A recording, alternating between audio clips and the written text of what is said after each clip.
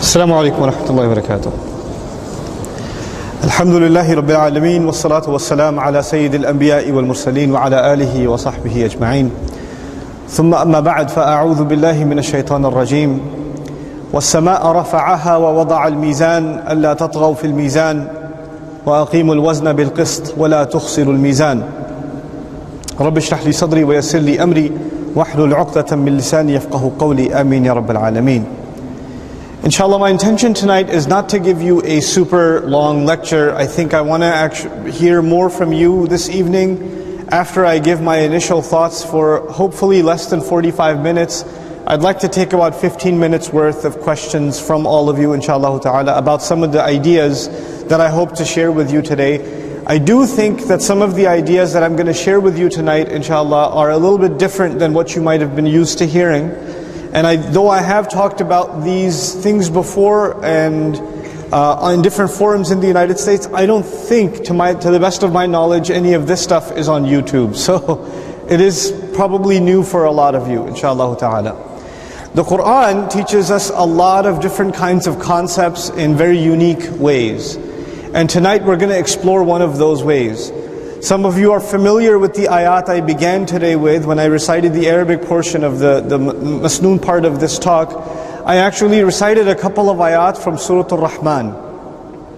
And in Surah Al-Rahman the arguments are actually pretty unique. The beginning of it, the gist of it all is that there are non-Muslims, actually not just non-Muslims, non-believers, who are refusing to accept the call of the Messenger sallallahu alaihi wasallam. And the reason that they have for not accepting the call is it's not convincing enough for them to believe in a book where they haven't seen anything miraculous. They say that they're only going to believe if they see. And I've talked about that part of it at least extensively. That Allah Azza wa Jal in this surah, in Surah Al-Rahman, basically says, you're human beings. You can reason at a higher level. You don't have to be convinced of something just because you've seen it. You can actually reach conclusions by reasoning, by thinking about something, right? So the human ability to communicate through language makes us more sophisticated than other creatures, right? So we can reason with each other through language and talk about things that we can't even physically see. This is something that happens in universities all the time, higher institutions of learning all the time. You're learning literature and history. For example, even let's take history. You learn a lot about history without actually seeing the events. You learn about them through reading about them, through discussing them. You learn a lot about justice without actually seeing the abstract concept of justice.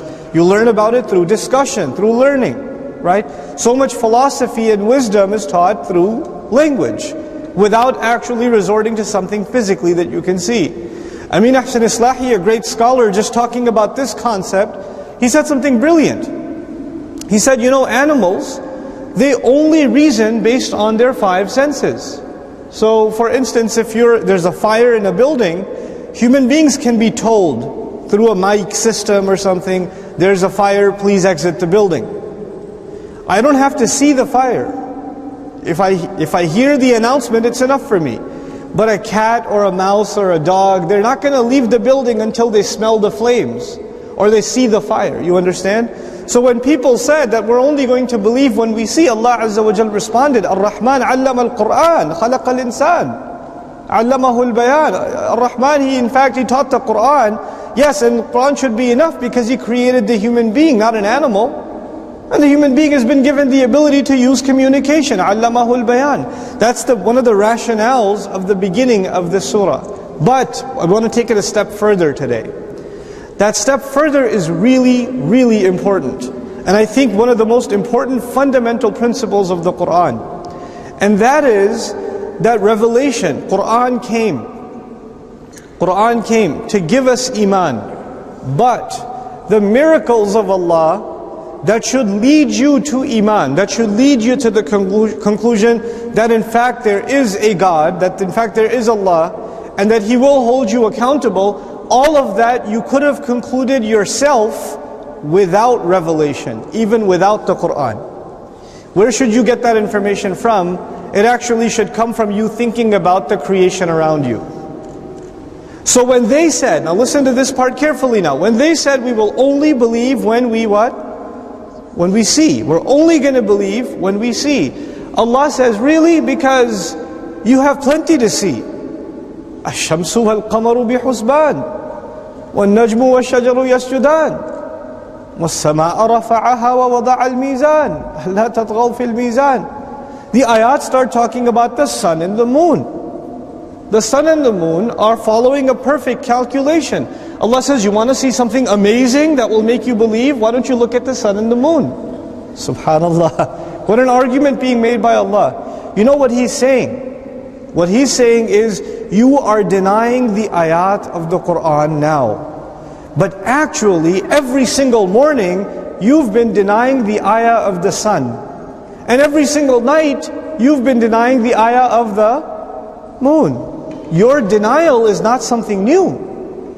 You've been in denial for a long time. And only now, when revelation came, the ayat of the Qur'an came, you're denying those too. But the denial began a long time ago. This is not a new kufr for you. This is not a new disbelief for you. This is old. This is a continuation of something you've been doing from before. Subhanallah. But I want to highlight something about Surah Al-Rahman in this beginning, in addition to just the denial of the ayat. Allah says, "Ash-shamsu wal-qamaru bi-husban." Now think about this. When we talk about responsibility, right? That tonight's talk is about responsibility. Responsible people have a lot of respect for their time. Irresponsible people waste their time. That's basically the difference between responsible people and irresponsible people. Responsible people get to work on time. Irresponsible people show up late. Responsible students finish their homework on time, get ready for the exam on time, etc., etc. Irresponsible people don't. That's fundamentally the difference between responsibility and irresponsibility. Responsible Muslims wake up in the morning for Fajr. Irresponsible Muslims don't. Isn't that the case? So responsibility has a lot to do with respect for time, doesn't it? Now think about this. There are two basic calculations for time. There's the clock and there's the calendar. There's the clock and there's the calendar. Within a day, throughout a day, what do you rely on? The clock. And within the week and within the month and within the year, what do you rely on? The calendar, right? So you basically have two functions of time that you base all of your responsibilities on. Look, you need to finish the assignment in the next couple of weeks. You're going to look at the calendar. You have to get to work by 8 a.m. You're going to look at what? The clock. At a daily scale, you're looking at the clock. At a monthly, weekly, etc. scale, you're looking at the calendar.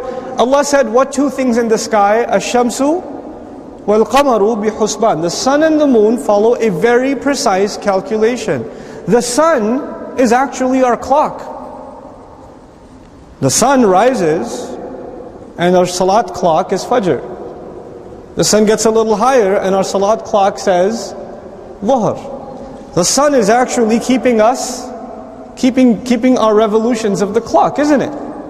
And guess what we do, especially for Muslims, the Islamic calendar revolves around what? The moon. The sun and the moon are actually our clock and our calendar. Our entire sense of responsibility to Allah as Muslims, and even beyond as Muslims, as human beings, revolves around these two things. On the one hand, the sun on a daily basis, and on the other hand, the moon on a monthly basis. The cycles of the moon, right? So it's like Allah in this, if you think of, you know how you have a wall in your house, and you hang a clock on the wall, and you hang a calendar on the wall. Well, Allah has a ceiling for us, the sky, and He hung a clock on it called the sun, and He hung a calendar on it called the moon. And therefore we as human beings should never be irresponsible with our time, because here's a clock and here's a calendar, you can never miss it. It's like, where did I put my clock? Oh, it's kind of bright up there, it's there. You know? Subhanallah. What we're learning in these ayat, what we're learning already in these ayat is a genuine respect for time. Respect for time. Allah says, you don't seem to notice the sense of urgency in believing. why haven't you really thought about the precise calculations of the sun and the moon? Why haven't you reflected on them? And thinking deeply about the sun and the moon is the first exercise I want to do today, because we are going to talk about responsibility. He says, وَالشَّمْسُ وَالْقَمَرُ بِحُسْبَانٍ. Let's talk about this husban a little bit. The word husban in this ayah can be understood fundamentally in two ways. Our mufassirun traditionally have gone one of two ways talking about the word husban in this ayah. I'll explain both of them. The first of them is husban comes from hisab, which is calculation. So the sun and the moon are determined or committed to very precise, extremely accurate calculation. That's what Allah is saying. So what Allah is saying then is, and we learned this from other places in the Quran, what is the most honored creation of Allah? وَلَقَدْ كَرَّمْنَا بَنِي آدَمَ. We honored the son of Adam. Human beings are the most honored creation. Allah Azza wa Jal gave us, لَقَدْ خَلَقْنَا الْإِنسَانَ فِي أَحْسَنِ تَقْوِيمٍ. Many of you know that ayah. Allah created the human being in the best possible form. We're the best creation. If we're the best creation, then we're supposed to reflect the best qualities. We're supposed to reflect the best qualities. Now I'm going to stop for a second on this subject, and I'm going to go on a tangent, but it's a really important tangent to build these ideas. Okay, so I want you to stay with me as best you can. Because I'm in Bahrain, and I talked about this yesterday too, so I'm going to pick up from where I left off. You guys are very familiar with brand names, yes? So if you see somebody walking around with an iPhone, even from a distance, can you tell it's an iPhone? You could tell. If somebody's driving a BMW, those of you that are into cars, they're driving an M5. They're a little bit far away, 4 or 5 cars ahead. Can you tell it's an M5 if you're into cars? You can tell. You can tell a brand. The thing is, there are certain really good manufacturers. They're really famous designers, manufacturers. If you're into fashion, you see somebody's clothes, you can tell who the designer is. If you're into art, you can see a painting and you can tell who the painter is or what kind of painting it is. If you're into architecture, you can look at a building and say, I think I know who the architect is. You understand? Every designer has a certain signature, a certain style. Like Apple has a certain style as a company. Right? They design things with a certain kind of style, and you can tell, okay, that's an Apple kind of product. You see what I'm saying? So a car company has a brand signature, a design. You know, an architect has it, an artist has it. Well, Allah Azza wa Jalla is an architect to the universe. He's a designer of the universe. He's a creator of it, a manufacturer of it. And like every manufacturer has a signature, right? You could tell their style. Allah also has a style in how He designs things, how He makes things. And according to this ayah, الشَّمْسُ وَالْقَمَرُ بِحُسْبَانٍ, we are learning something about the style that Allah likes. The style that Allah likes is things that are precise. Precise, that follow a particular calendar, that follow a particular clock schedule, that don't delay the schedule, that stick to a time.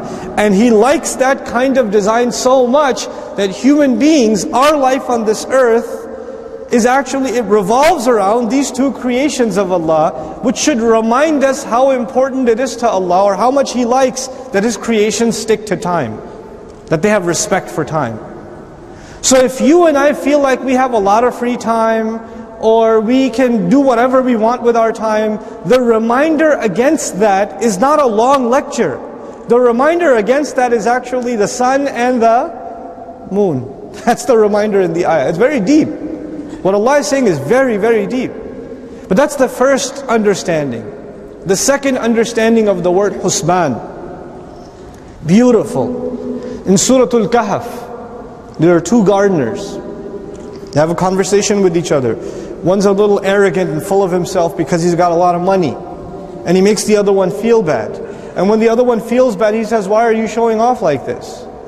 You know, عَسَىٰ رَبِّي أَن يُؤْتِيَنِي خَيْرًا مِّن جَنَّتِكَ أَوْ يُرْسِلَ عَلَيْهَا حُسْبَانًا مِّنَ السَّمَاءِ. Same word. الشَّمْسُ وَالْقَمَرُ بِحُسْبَانٍ أَوْ يُرْسِلَ عَلَيْهَا حُسْبَانًا مِّنَ السَّمَاءِ. The word husban in the Arabic language also means destruction. Actually, one of the rare meanings of the word is destruction. Al-halak. But it's a specific kind of destruction. A destruction that is at a very particular time. You may not be into cartoons, but I am. And in some cartoons, they have the TNT, and it's got a little psss, you know what I'm talking about? And there's some that have the TNT, and it's got a timer on it. Right? 10, 9, 8, and Tom better get out of there really quickly because Jerry set it up already. Right? The idea that it will go off at a very particular what? Time. Allah is saying in this ayah, the sun and the moon are about to be destroyed at a very particular time, and they have reached almost the destruction stage. Why is He saying that? He's saying that because right before He said He taught the Qur'an, yes? Who did He teach the Qur'an to? Who did Allah teach the Qur'an to? Who's the first student of the Qur'an on this earth? Rasulullah sallallahu alaihi wasallam. And Rasulullah sallallahu alaihi wasallam is one of the greatest signs, if not the greatest sign of Judgment Day. Of all of the signs of Judgment Day, the Judgment Day for humanity is coming near. The most powerful of those signs, إِنَّهُ لَعِلْمٌ لِلسَّاعَةِ, He's the ultimate sign of Judgment Day. And Him coming means, Him and Qur'an are the same. In other words, the Rasul coming sallallahu alayhi wasallam to us is the same as the Qur'an coming. The Qur'an coming is the same as the Rasul coming sallallahu alayhi wasallam. For us nowadays, we separate those two, right? So the Qur'an is the book, and the Rasul sallallahu alayhi wasallam is a book of seerah. He's a book like Bukhari and Muslim and Tirmidhi and Ibn Majah. That's the Rasul sallallahu alayhi wasallam. But at the time of the Sahaba, where are they getting Qur'an from? From the same mouth. Where are they getting Sunnah from? From the same mouth. To them it's one. It's not two entities. It's one entity that they're experiencing. So when we talk about Qur'an being taught, and we talk about the Messenger coming sallallahu alayhi wasallam, the Sahaba, the Quraysh, everybody else, they don't actually separate those two entities. They can't. They're getting them from the same source. You understand? So Allah just said He taught the Qur'an, which means He gave one of the greatest signs of Judgment Day. And the disbeliever said, I will only believe when I what? When I see it. Allah says the only big thing left to see now is that the sun and the moon are about to be destroyed. You're looking for something to see? That's the only major event left. You understand the logic of the ayat?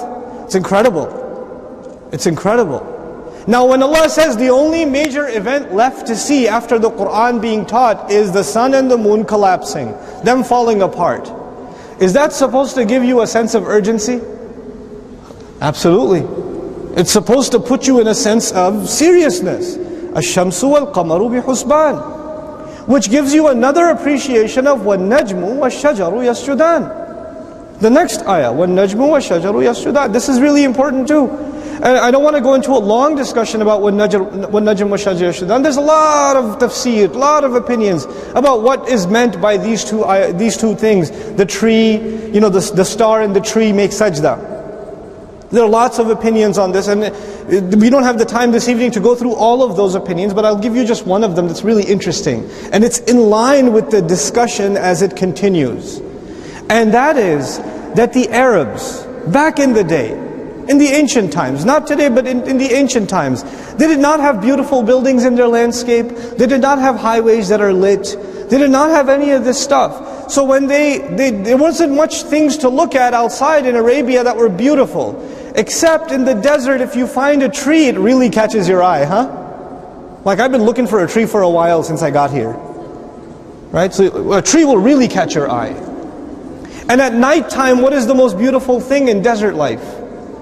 The star. The two things that are mentioned, an-najm wa shajar, are actually the most beautiful symbol of beauty in the day, or in the night rather, the star, and the most beautiful symbol of beauty in the day for the Arab landscape, which is the tree, which catches his eye. And he says about both of them, they are going to be making sajda. The mudari' form can be thought about as present tense or future tense. And one of the interpretations of these ayat is, when that judgment day comes, you will notice these two things that you look up to, that are symbols of beauty for you, falling down into what? Sajda. Stars are going to be falling, trees are going to be falling. When that day comes, crazy. When that time comes, when najmu wa shajaru yasjudan. Of course, the other interpretation is that even today, they are in a state of sajda if you reflect on it. But that's a longer discussion. I'm not going there yet. Now the part that I really want to talk to you about. That's really the crux of what I want to share with you today. How deeply Qur'an presents ideas. The idea of reflection on the Qur'an and deriving benefit from the Qur'an. You know, when you really get into this subject and extract what our amazing tradition has to offer, if you're students of philosophy or poetry or literature, you'll be blown away by how Qur'an presents things, really. This is one of those places to me. He says, وَالسَّمَاءَ رَفَعَهَا. This is actually a unique thing in Arabic grammar. It's called al-mashghulu anhu. Those of you that are into Arabic grammar, the maf'ul bihi is mentioned twice. وَالسَّمَاءَ, and then it's repeated, رَفَعَهَا. The dhamir is mentioned again, it's twice. Once before and once after, referring to the same thing. This is unusual in the Arabic language. And this is done in Arabic when someone is really proud of what they've done. To make it simple for you to understand, let's just say that you, a lousy student, did your homework for the first time. When you do your homework for the first time, this time you actually did your homework. So you come to your mom and say, homework, I did this.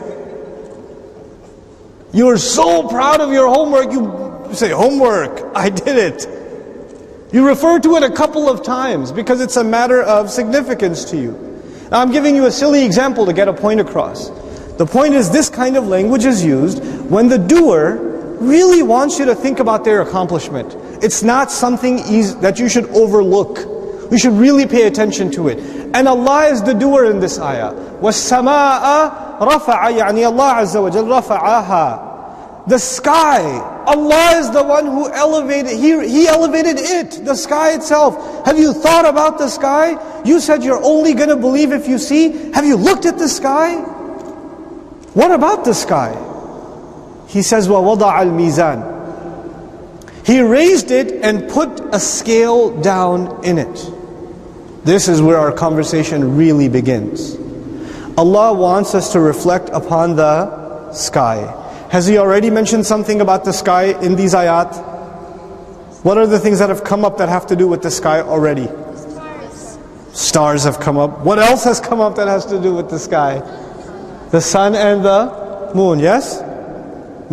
So plenty of reference to the sky has already come up. And by the way, where does Qur'an come from? It comes from the sky. And now He's explicitly mentioning the sky and mentioning how high it is. And then He says He put a scale in the sky. Mizan is used also for balance. You ever see a picture like in court of the two sides of a scale? You know, and the weird looking blind lady holding the two sides of the scale, right? That's a mizan. Two sides of a scale that are balanced. Allah says He put a balance in the sky. But this idea of balance in the sky, He balanced the distance between the earth and the sun and the moon and the earth. He balanced all of these things and put them perfectly in place so life can exist on this earth. He put the stars at a perfect distance from us. He put this earth in a place in the galaxy perfect for life to exist. You know, life according to the atheist is an accident. The atheist argues life on this earth is an accident. This is one of the most statistical absurdities ever stated, that life is an accident. Statisticians, people that study statistics, not religious people that study statistics will tell you that is the most ridiculous claim in stats, that life on this universe or in this earth is an accident. There was some organic soup, it was boiling for a long time, and all of a sudden a frog came out, or you know. And I'm not going to go into that subject by itself, maybe at another occasion one day. But you will have to understand, this place was so beautifully balanced for life to exist, for us to exist, for the things around us to exist that Allah will then talk about in these ayat that are coming. But think about this. He put balance in the sky, right? And of course the sky is a beautiful symbol of balance, of things in order, and they stay in place. They stay where they're supposed to, right? The sun is very reliable. You are going to be late to work, I'm going to be late for salat, but the sun's not going to be late for sunrise. I'm going to be late by a day or two finishing my assignment, but the moon's not going to be late. The new moon's going to come out. You understand? It doesn't wait for you. Oh wait, he's not finished with his assignment. Hold on. Just wait a minute. Let him wake up. Because Fajr is not going to wait for you. Isha is not going to wait for you. Ramadan is not going to wait for you. Wait, he hasn't finished the entire season 3 yet. Don't let Ramadan start. Let him finish watching the series. Then we can get into Ramadan. Not going to happen. It doesn't wait for you. It's got a schedule and it follows it. And it's got a balance that it commits itself to. Now, one of the most incredible transitions in the Quran. Transitions in the Quran, you know what that means? The Arabic term is iltifat. Allah is talking about one thing, all of a sudden He starts talking about another thing. A lot of times when you're reading the English translation of the Quran, you're like, what just happened? How did you go from one thing to just a totally different subject? How does that make sense? That's what's happening in this ayah now. He says, وَالسَّمَاءَ رَفَعَهَا وَوَضَعَ الْمِيزَانَ أَلَّا تَطْغَوْا فِي الْمِيزَانِ. He made the sky, He raised the sky and put a scale in it, put balance in it, so you don't cheat and don't violate when it comes to the balance. You don't cheat when it comes to the balance. You don't do wrong when it comes to the balance. Oh my God, wait, what? We were just talking about the sky and now we're talking about who? You, me. And He's connecting these two things. He's saying the sky has something to do with you. If you understand this connection, you'll understand today's conversation. This was the whole point I was trying to get at. If you understand what I'm going to get at now.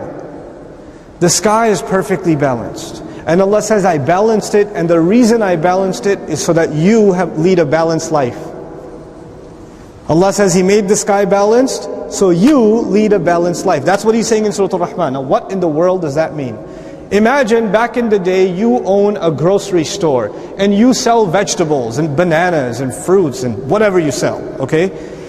And you are, of course you put the weights on the one side back in the day and you put the fruits on the other side until they get what? Balanced.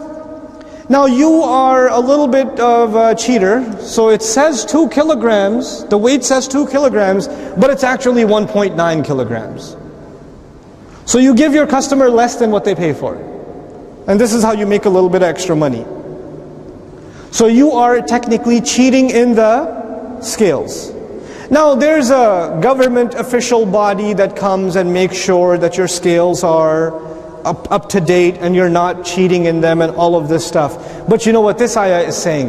What official reminder is there that you should never cheat in the scales? What giant scale is always there? The sky. The store owner should never cheat in his scales, and the only khutbah he needs is to look out the window. Oh yeah, the sky. Ugh. Okay, I better be fair in my dealings. Because, now here's the connection now, because this scale that Allah put in the sky, so long as that is intact, you have a chance to do the right thing. When Allah breaks that scale, is there a day when Allah will break that scale of the sky, things will start falling apart? Yeah? When He breaks that scale, your scale will be raised. The scale of your deeds. Until that scale is intact, you have a chance to do the right thing. What Allah is saying in this ayah is that human beings, if they do serious thinking about the universe, then they will learn that they have to have respect for time and they have to achieve balance in their life. 2 lessons from the sky so far. Those are the 2, if I can talk to you about these 2 lessons, we're talking about responsibility. What are those 2 lessons again? From the sun, the moon and the sky, we are learning, number 1, to respect time, and number 2, to live a life of balance. To have a scale in our life. So now I'm going to talk to you about balance. I believe personally in my life and in your life and in the life of this ummah, one of the biggest things missing is balance. We're missing balance. Men are missing balance, women are missing balance, children are missing balance, teenagers are missing balance, husbands are missing balance, and wives are missing balance, parents are missing balance, employers are missing balance, employees are missing balance. People are missing balance. And each of you has a different scale. They're not all the same scale.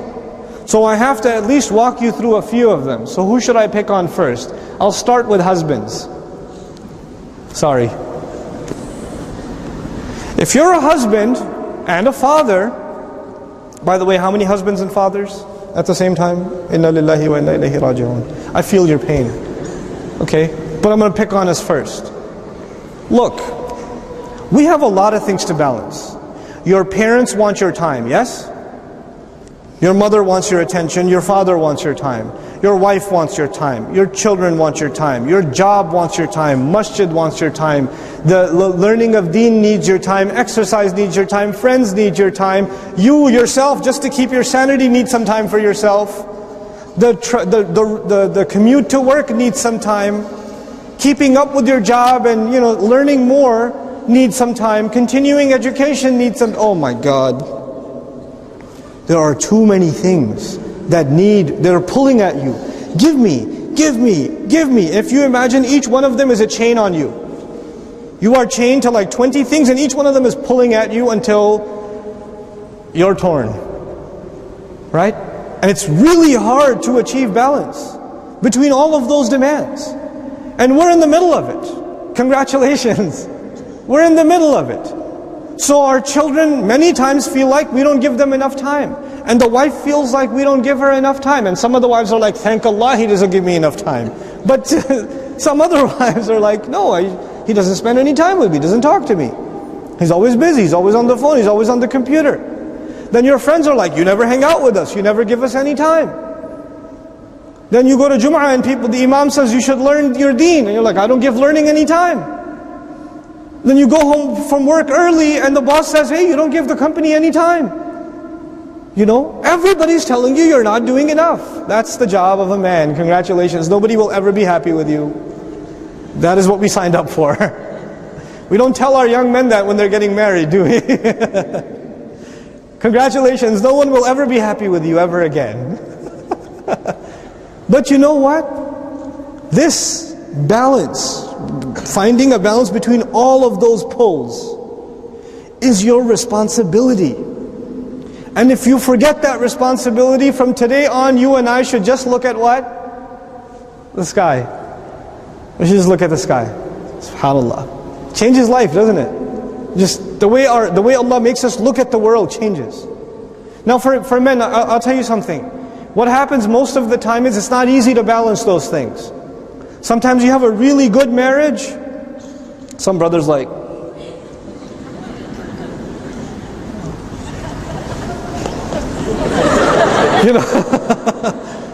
sometimes you have a really good marriage, but your relationship with your father is pretty tough. Sometimes you have a really good job situation, but your marriage is really tough. It's not going well. Sometimes your job is okay, family's okay, but you don't make any time for your friends. Or you don't do anything really for the deen or something like that, right? So when this imbalance happens, you know what most people do? Most people pick the things that they're good at, just because you can't be good at everything, so you pick a couple of things that you're good at, and you start putting most of your time in that, and you start ignoring everything else that's not convenient, that you're not so good at. So you have a brother who is not very good with his wife. She's kind of upset with him. Right? So he's going to be the guy that shows up 5 hours before the program and starts reorganizing the chairs. And you ask him, what are you doing? It's fi sabilillah, akhi, fi sabilillah. I'm doing this for the sake of Allah. I'm volunteering. Actually, and he's not even going home after the program's done. The mas'ul is like, please, turn the lights off. Please get out of here. No. I want to stay here, fi sabilillah. That's, you got something at home that you're running from. You're not dealing with it. Right? So you're busying yourself with other things. You're staying late at night hanging out with friends because you don't want to deal with the upset wife. There's a problem with that. There's a serious situation. Our children, people say, how do we raise our children right? How do we give them a proper Islamic education? How do we make sure that they live by Islam and all of that? Wallahi, for fathers, I'm still picking on fathers. The biggest thing that they need from us is our time. They just need our time. We need to spend time with them. Our relationships with our children have become so artificial. The only thing you talk to them about is, did you do your homework? How was school? And you don't even wait for the answer. How was school? Okay, it was good. Okay. Ugly baat, ugly baat. Did you eat dinner? Okay, go to sleep. Beta, go to say, Abba's got to watch the news. Or beta, Abba's got to watch something that you shouldn't be watching. Go to sleep. You know, we have a really shallow relationship with our children. We're supposed to be playing sports with our kids. We're supposed to be hanging out with our children. We should know what their favorite... If you're letting them play video games, you better play it with them. I'm not here to pass you a fatwa. But if you're going to let them play, you better play with them.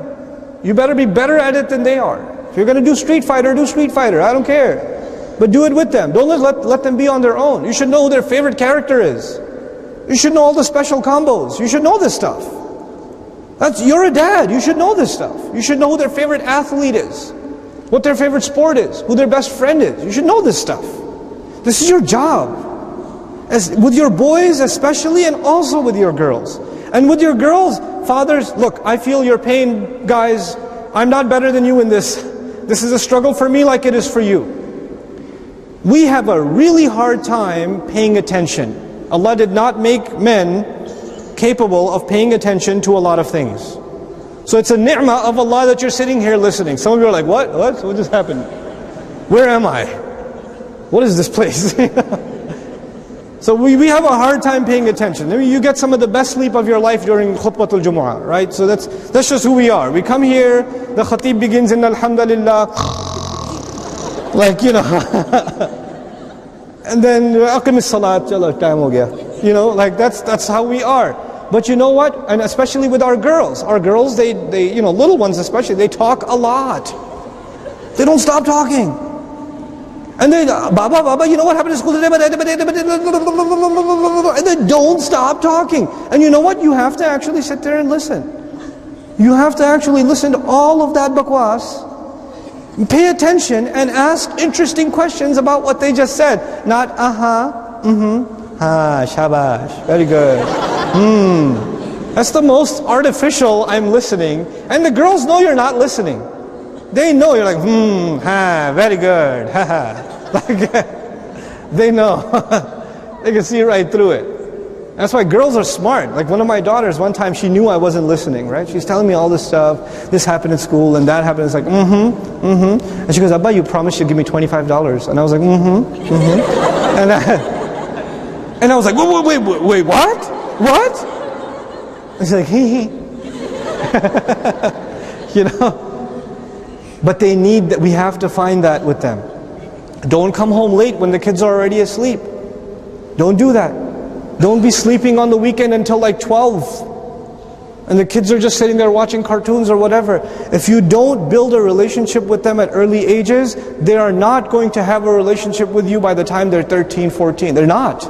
They're not going to be interested in you because you weren't interested in them. You know, this is a balance you and I have to find. And especially fathers and daughters. That's a really important one. I talked about this yesterday. But it starts early. This is a balance we have to find. Now, let me tell you about some other aspects of balance. Our wives, many of them are very unhappy with us. They're very unhappy. And you get angry at them. I pay the bills, I go do the work, I provide everything. Look at this light, I turn it on, I turn it off. You see, you know why? Because I do all the work. Now let me watch CNN. Like, and she says, you don't give me, and you're like, why are you always talking to your friend? Why are you always on the phone with her? You never get off the phone with her. Because you don't want to talk to her. How was work? You're like, oh, this is work. I don't want to complicate your small brain with work, you know. Just why don't you just cook or something? Just let me deal with work, okay? You don't worry about that. Come on. If you keep neglecting them in conversation, then obviously they're going to be frustrated with you. They don't feel like they're a partner in your affairs. Some of the most crisis situations in the Prophet's life, sallallahu alaihi wasallam, he got the ummahatul mu'mineen involved. He got the mothers of the believers involved. In some of the most crisis situations. I learned this later on in life. In our organization, when I'm about to hire somebody, I do the interview and I'm about to hire someone, I actually consult my wife before I make the final decision. You know, I value her input. I don't say, what does she know? Whatever. It actually helps, it puts barakah in the work I do at work, but it also puts a lot of barakah in the home. This is important, making them feel included. And part of that, Balance, guys. Now this is the hard part. You have to have my recommendation. This is not from our deen, but it's my personal recommendation. My recommendation is you should have one day at least in the week where you take care of the kids and they get to hang out with their friends. One day in the week where you're taking care of all the kids. I know, it sounds like adab, I know. And they get to just socialize with their friends. And what that does is two things. One, it gives them room to breathe, because it's hard taking care of kids. Two, it gives you an appreciation of how hard it is to take care of children. When you have to take care of children just by yourself for 1 hour, no, let's not make 1 hour, that's too long, 20 minutes. 20 minutes, you will feel like you are running out of oxygen. Where have you been? It's been like 5 hours.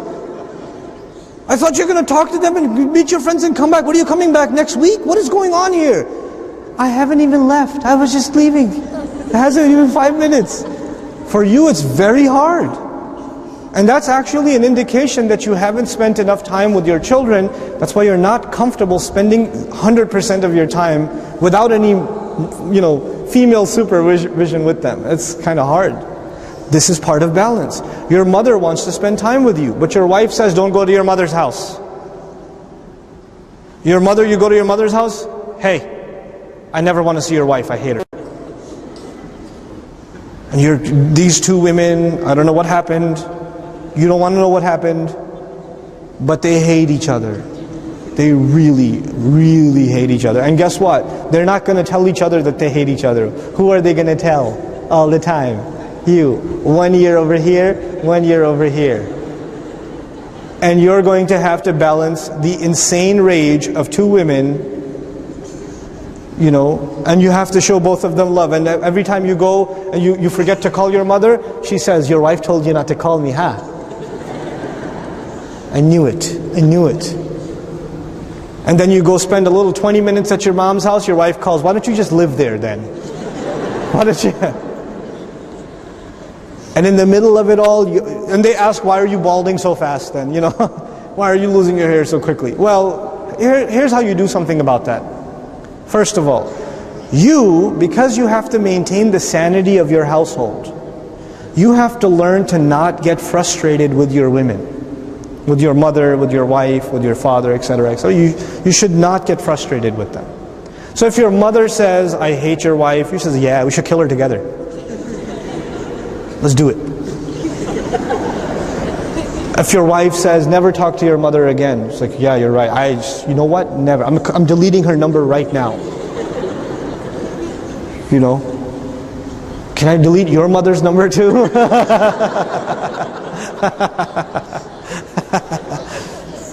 Right? But you have to learn to joke it off a little bit.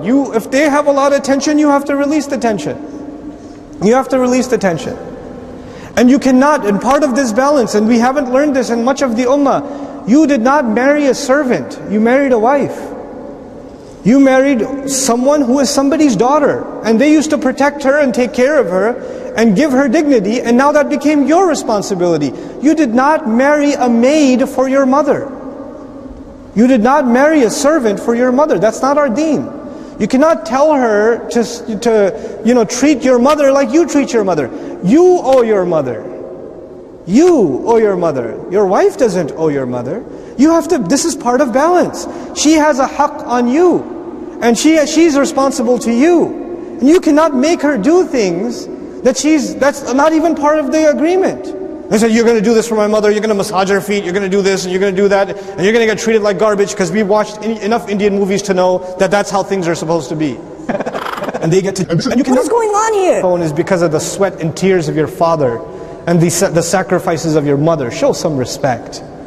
Show a little bit of respect for what they've gone through. It's not easy earning a living. It's not. You try doing it. You try doing it if you think it's that easy.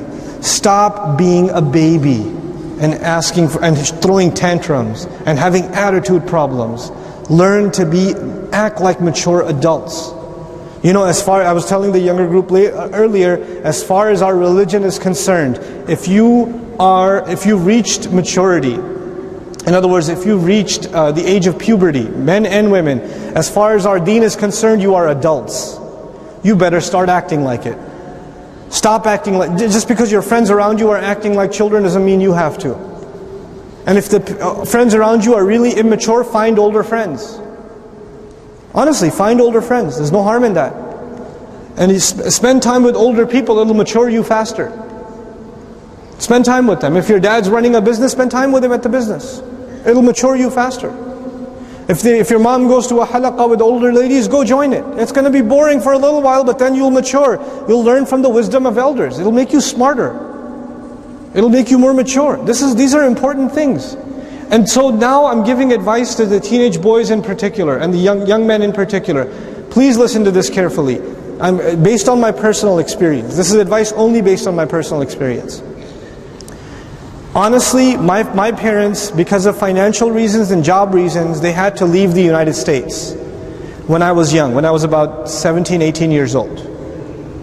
So we had to make my sister just got married, my older sister. She was living in New Jersey. I was going to college, and I had a job in New York, but I lived with my family. But they had to make the decision to go back. And because of my education, they decided that I should stay back in New York by myself. So I'm a guy that's 17, 18 years old, by myself, living in New York City. I have no parental supervision. I can do whatever I want in the day and whatever I want at night. I can do whatever I want with my time. Nobody's going to check on me. Nobody's going to check who I called, or who I text message, or what websites I visit, or who I hang out with, or what I listen to, or what I watch. Nobody's going to check. I have no supervision over me. None. On top of that, I'm making my own money. I don't owe anybody money. I have my own job. I'm earning it myself. I'm completely independent. That age, independence and New York City are not a good combination. That's not a good combination. That is a lethal combination. You understand? You know, I didn't survive that because I'm some righteous person. I didn't. I survived that only and only because I was too busy to do something stupid. Too busy. I was taking 12 credits in college, I was working 40 hours a week, and the little empty time I had, somehow I developed the interest to want to learn Arabic, so I used to have 20-hour days. I got 4 hours of sleep a day, and I was loving it. I was exhausted. I didn't have time to be an idiot. You know, the biggest crisis of young men today? Free time. You got free time, it's just trouble. And you don't have to be in New York City. The internet is widely available, huh? New York City can come to you. Our young men have to do work. If they're too young to get a job, put them in an internship. If they're old enough, put them in the business with you. Have them sit in the office with you. Make them make photocopies or do something else. Keep them busy. Keep young men busy. Exhaust them. If they don't want to do work, put them in sports. Don't have them sit idle. Young men sitting idle, you are guaranteed to have trouble. It's not you might have trouble. You will have trouble. There's no other way of thinking about it. There's no second option. It is absolutely guaranteed. Absolutely guaranteed. Young guys, you want to save yourselves, get a job early. What's the earliest age you can get a job in this country? I don't know what that is. 18? I don't know. Is it? Oh, the second you turn 18, get a job. I don't care if you're changing tires at a tire shop. Get a job. I've gone through maybe 15 jobs in my youth. That just means I got fired a lot, by the way. But regardless, it saved me. And the other thing it does, let me tell you what a job does. It makes a man out of you. When you get yelled at by your boss, man, when you get paid almost nothing for doing like back-breaking work, you get respect for money. You get respect for what you earn. You get new respect for your father. You get new respect for them taking care of an entire household. You don't complain anymore that they didn't get you the newest toy and the newest video game, because you know what it takes to earn that kind of money. New respect. I had a very wealthy friend whose son, smart kid, he graduated high school, A student, you know, got into a college, and his father was so proud of him, bought him a BMW. Brand new. 3 Series. Nice car. Crashed it in 2 months. Oops. Dad yelled at him. Car's beyond repair. A month or two went by. He convinced his father to buy him a Lexus. 6 months go by, he crashed that too. Then the father called me and said, what should I do? 2 cars this boy's already destroyed. And I was like, why? You are so smart. If you were not smart, you wouldn't be making that kind of money. Why are you so dumb with your child? What happens to your brain? Stop things. Tell them, earn it yourself. Go buy your own car. Go get a job. And so this boy gets a job. He worked at the Gap, folding t-shirts. Right? And he's earning minimum wage, and he's putting dollar after dollar together until he gets about $2,000 together, and he bought like a 1988 Buick. And he's shining that thing every day, and he loves it, he takes pictures of it, and it's never crashed it, stays under the speed limit. Even give it a name. Basanti. Why did he have so much respect for this car? It's the ugliest car he has. He had a Lexus before this, he had a BMW before this. This is a hideous car. But you know what? This was from his own earnings. His respect for it. We have to give our kids respect for money. You know, if we keep giving them things, they will not have respect for money. They won't have respect for money. It's really important we do that. You know. The same thing with girls. If you can find work, do it. If not, volunteer. Volunteer at a hospital. Volunteer at a clinic. Help out at a shelter. Do things. Just keep yourself busy. Especially at that critical age, and it will save you from a lot of trouble. These are just some things about balance and responsibility that I wanted to highlight. I just want to leave you guys with the following. If we, subhanAllah, we raise our children, we want the best for our children, and we want them to have the best things in life. Sometimes you feel like, I'm earning all this money, what's the point of it if I can't give my children a good life? Right? So you buy them things and you get them things out of love for them. Obviously it's a natural feeling that a parent has. But I am telling you that if you keep buying things for your children, then you are actually poisoning them. You're actually hurting them, not helping them. I'm not saying you shouldn't buy things for your children, but you should taper it off. And you should not make it like a regular thing, where they just become greedy and all they do is they want from you, and all you are to them is a cash register. That's a sad state, you know. That's not where you and I want to be. The best thing, I keep saying it, the best thing you can give your children is time. Go to Umrah with them. Go Umrah regularly with them. You're such an awesome, I can't tell you what I would give to be able to go to Umrah with my children. How awesome that would be. And you guys can do that like, chalo chalte hain, chalo dil cha raha hai chale. You just get up and go. So easy for you. Take advantage of that. Do road trips with them. Do activities with them. You know, if you have the means, travel with them. It builds a bond. And especially fathers. I'll tell you, fathers, one last time. If you have a lot of children, because we're Muslims, so you know, chances are. But if you take a couple of your children, just you and 2 of your children, 3 of your children, and you go on a trip, and spend time with them 24/7. You're responsible for them sleeping, waking up, eating, drinking, everything. Mom's not around. It will, even if you do that for 5 days, 6 days, 10 days, whatever, it will build a real connection with you and your children. It's really important. Make time to do that. Even if you don't go somewhere exotic, it doesn't matter. If you just go like down the street somewhere, go stay at a cousin's house or something. Do something like that. But do make the time outside of your regular routine with your children. It builds that bond. I wanted to highlight only family responsibilities. There are more things I wanted to talk to you about, like work responsibilities and balance at the workplace. Paying your employees fairly, right? Paying your taxes fairly. Not cheating in your financial transactions, not lying in financial reports, not overbilling people when you're a consultant, right? So you bill them for 500 hours, but you only did 200 hours of work, but it's okay, koi baat nahi. Slip it in. That's also part of losing balance. We have to become أَلَّا تَطْغَوْا فِي الْمِيزَانِ وَأَقِيمُوا الْوَزْنَ بِالْقِسْطِ وَلَا تُخْسِرُوا الْمِيزَانِ. 2 ayat are dedicated of making sure we stay on balance. So I pray that Allah Azza wa Jal makes us a balanced ummah, a people that are trying to find find a way to give equal rights to every side. That I pray that we have balanced husbands and balanced wives and balanced children and balanced parents in this entire ummah. And I pray Allah Azza wa Jal accepts all of the efforts that we do. Thank you so very much for listening to me these last couple of nights. Before I take a few questions from you guys, I just wanted to make one quick announcement, if you can pay attention, inshallah ta'ala.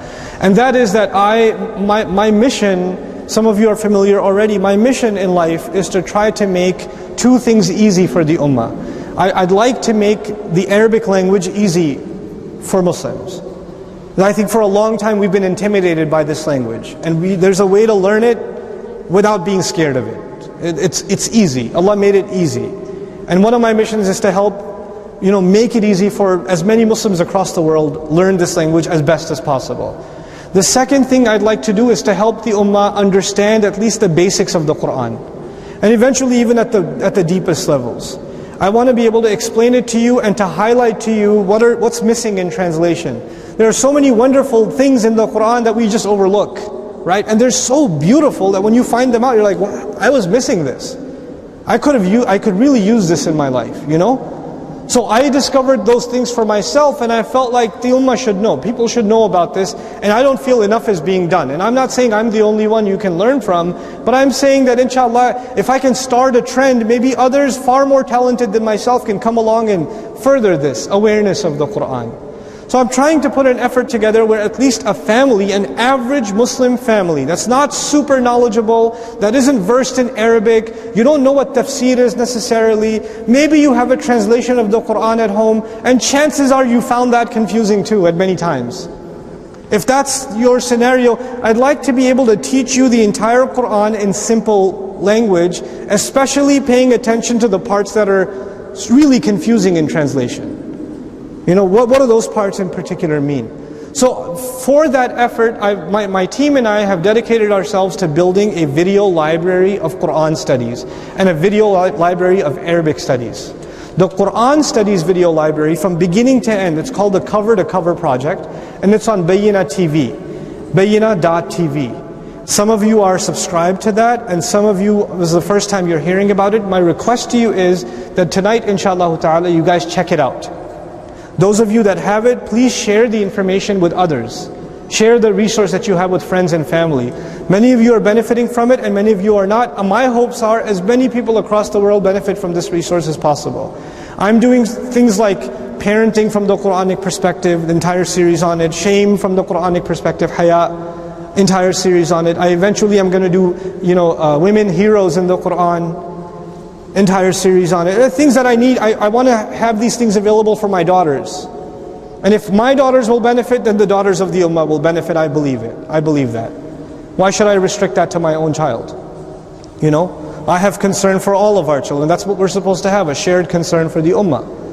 The same thing, I really want to teach my children Arabic, but I could have just taught her myself, but I decided to record the classes. I teach my 10-year-old daughter Arabic grammar to understand the Qur'an, and some of you are following Arabic with Husna online. It's all there on Bayyina TV. So I want you to be able to access this resource, and inshallah ta'ala, over the years, benefit more and more from it. One of the exciting things I want to tell, some of you might not know, or you do know, we have a full-time Arabic studies program back in Texas, where I'm from. And most of my year is spent teaching that. I take 60 students, and I beat Arabic into them. And I'm not like this when I'm in class. I'm a very mean teacher. Because in Dallas, right? So it's a 9-month program. And it's hard for you folks to come all the way out there, and I can understand that.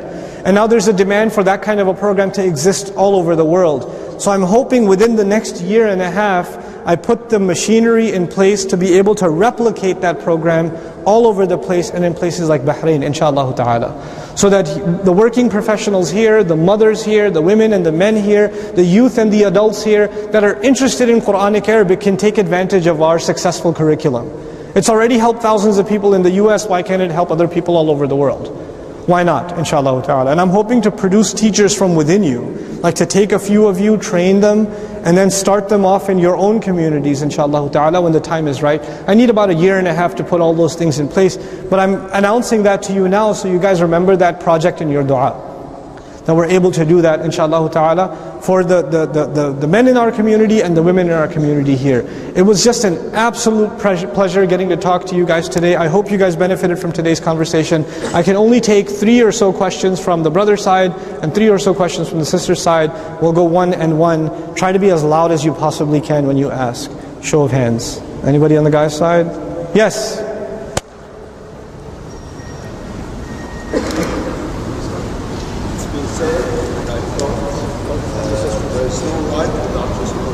This is from the sisters. There is no responsibility without right. Do you agree and what do you think about it? Okay. What's the relationship between responsibility and Good questions. It's been said that there are no rights without responsibilities and there are no responsibilities without rights. And what do you think about that? I think a lot of things about that. First of all, let's talk about our relationship with Allah. Okay? Allahu Rabbuna. Allah is our Rabb, which makes us abd, right? And by definition, a abd has no rights. A muwazzaf has rights. A amil has rights. But a abd has no rights, yes? But Allah gives us gifts anyway.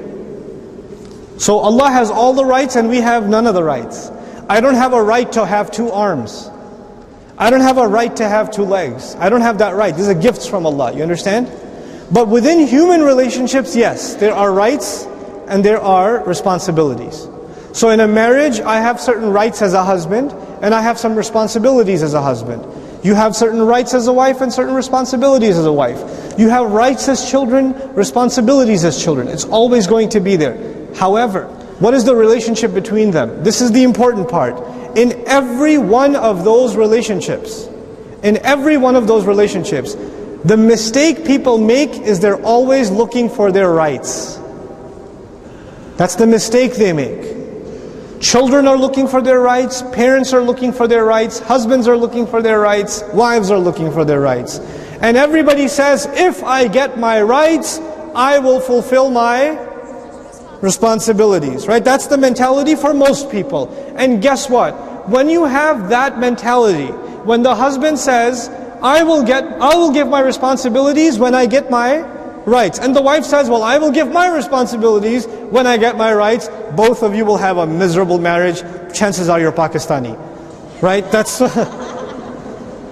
what that's going to do.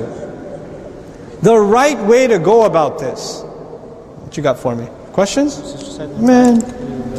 Yeah, I know I got a flight. Yeah.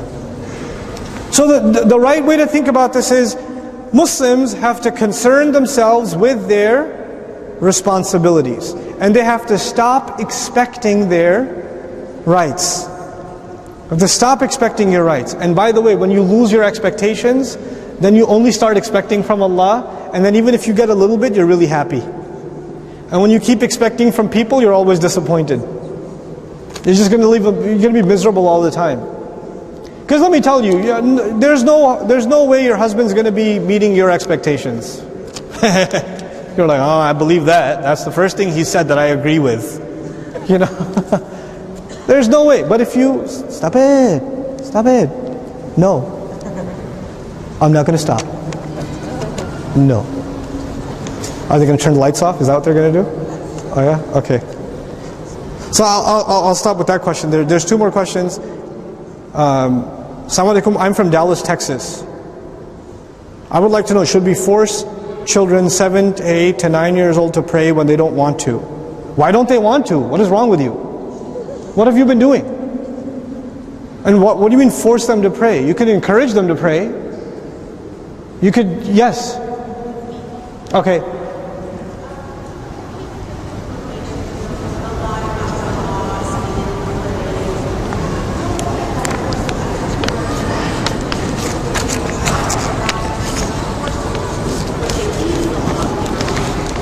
Yeah.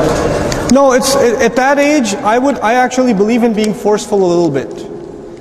Like a measured forceful, not like a super crazy, like, slap you across the room forceful, but forceful enough that they say, okay, mom's serious, I better pray. And you can't say, well, then they're praying for the sake of mom and not for the sake of Allah. At a certain age, they have to do that. They have to pray for the sake of meeting mom's expectations. And as they mature, they'll thank you for building that habit into them. Right? So that it's important to be a little bit of an authority. We can't be softies in all of our parenting. We can't do that. Okay, one last question. You talked about responsibility. What is the responsibility each Muslim has towards the Quran? How much minimum Quran should we read daily? That was my last question. Okay, fine. Okay, how much Quran should we read daily? As much as you can. As much as you can. But don't, I keep talking about balance, right? Find a time in your day where you can give to Allah's book. My recommendation is after Fajr or before Fajr. Around that time, 10, 15, 20 minutes, if you can recite Quran, you're good. Even if you can't give 20 minutes, give 10 minutes. The ummah is at such a low point, I don't want to put high expectations on you. Just start somewhere, read something. Read something from Allah's book. You know? And you guys get stuck in traffic a lot, I'm guessing. Yes? So have beneficial things to listen to in the car. Have recitation to listen to. Go through a surah that you're memorizing over and over again. Listen to a tafsir in the car, something. Keep that up as a habit, inshallah ta'ala, in the car. Okay, last question and I'm gone. Jazakallahu khairan for each and every word that you delivered. My question is, how can we strive balance among non-mahram colleagues and family? You live in a non-Muslim country where shaking hands is showing respect. So how can we say no without hurting them? Was it about you or me? I don't know.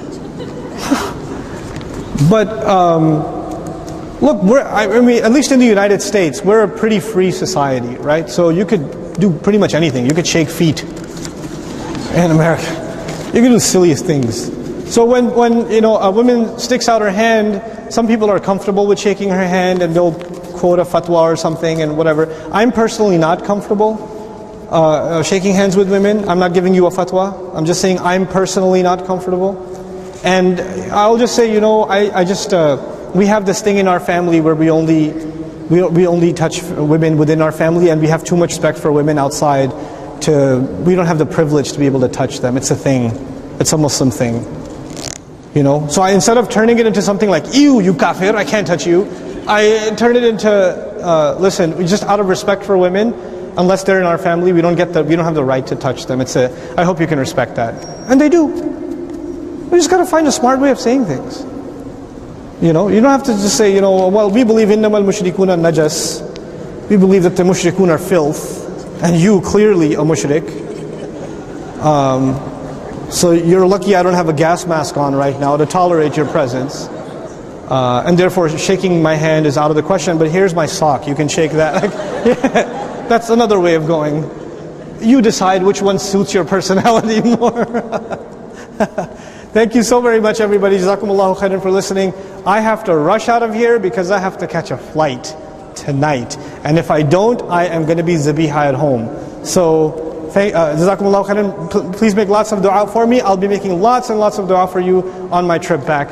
Be responsible people. Assalamu alaikum wa rahmatullah.